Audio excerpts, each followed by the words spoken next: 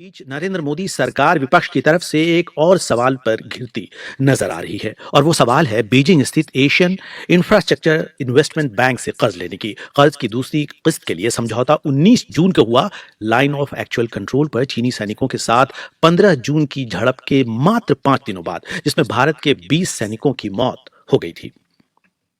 चीन स्थित AIIB Asian infrastructure investment bank से सरकार ने मई 8 को $500 मिलियन का पहला इंस्टॉलमेंट ली लोन की और 19 जून को $750 मिलियन की दूसरी किस्त ली। वैसे सरकार को भारत चीन विवाद पर घेरने की कोशिश कर रही कांग्रेस पार्टी के नेता पवन खेरा ने अपने आरोप को यह कहते हुए और बल देने की कोशिश की। न केवल चीन को 19 जून को प्रधानमंत्री ने क्लीन चिट दी, बल्कि 19 जून को चीन स्थित बीजिंग स्थित एशियन इंफ्रास्ट्रक्चर इन्वेस्टमेंट बैंक से पैसे भी लिए। ये इस सरकार का ढोंग आपके सामने है कि किस तरह से आप एक तरफ तो कहते हैं कि हम आर्थिक रूप से भी चीन से रिश्ते समाप्त करना चाहते हैं, ट्रेडर एसोसिएशंस को कहते हैं कि भाई चीन का सामान बॉयकॉट करो। आम आदमी से सारी उम्मीदें हैं मोदी सरकार को, और जब खुद पर आती है तो चीन के बैंक से पैसे लेते हैं। ये वो बैंक है जिसमें सबसे बड़ा शेयर होल्डर चीन है। मई से जारी सीमा विवाद के बीच भारत चीन में बने कम से कम 118 ऐप्स को बंद करने के अलावा कई और ऐसे कदम यह कहते हुए उठा चुका है कि सब कुछ पहले जैसा नहीं चलता रहेगा।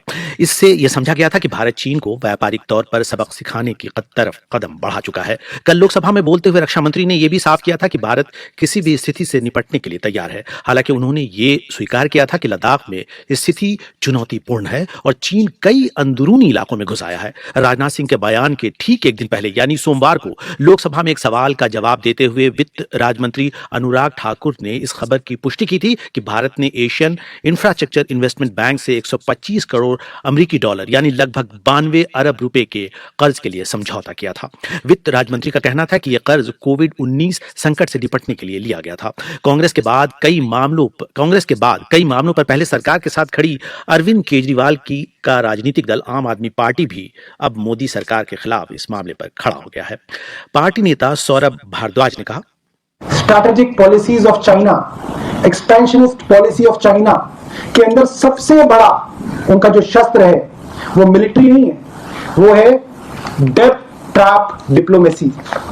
मतलब कर्ज के अंदर आप छोटे छोटे देशों को इस तरह से आप उनको फंसा लेते हैं कि फिर वो आपके सारे मिलिट्री स्ट्रैटेजिक जो भी आपके फैसले होते हैं उसके आगे वो सर झुका देते हैं।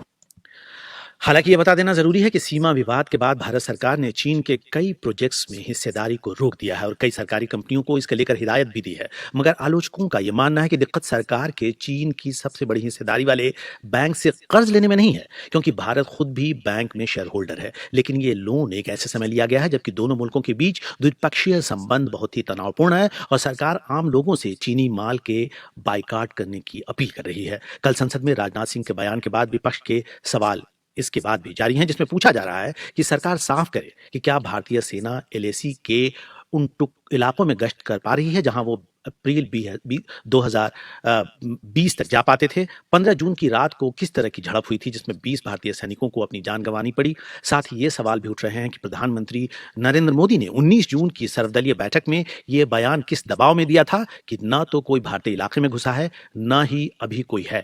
किसी ने हमारी कोई चौकी भी अपने नियंत्रण में नहीं लिया है। जबकि रक्षा मंत्री ने कल सदन में कहा कि चीनी टुकड़ियां उन इलाकों में घुस आई हैं जिन्हें भारत अपना मानता रहा है। इस बीच चीन ने कहा है कि भारत उससे उलझना फौरन बंद करे। चीन के विदेश मंत्रालय के प्रवक्ता वांग वेनविन ने वास्तविक नियंत्रण रेखा यानी LAC पर हुए संघर्ष के लिए भारत को जिम्मेदार ठहराया। चीन की सत्ताधारी पार्टी के अखबार ग्लोबल टाइम्स के अनुसार विदेश मंत्रालय की दैनिक ब्रीफिंग में प्रवक्ता ने कहा, पहले भारत ने द्विपक्षीय सहमतियों का उल्लंघन किया। उन्होंने अवैध तरीके से सीमा पार आकर हमें उकसाया, सीमा क्षेत्र में यथास्थिति को एक तरफा कार्रवाइयों को करते हुए बदला और चीनी सैनिकों को धमकाने के लिए गोलियां चलाई।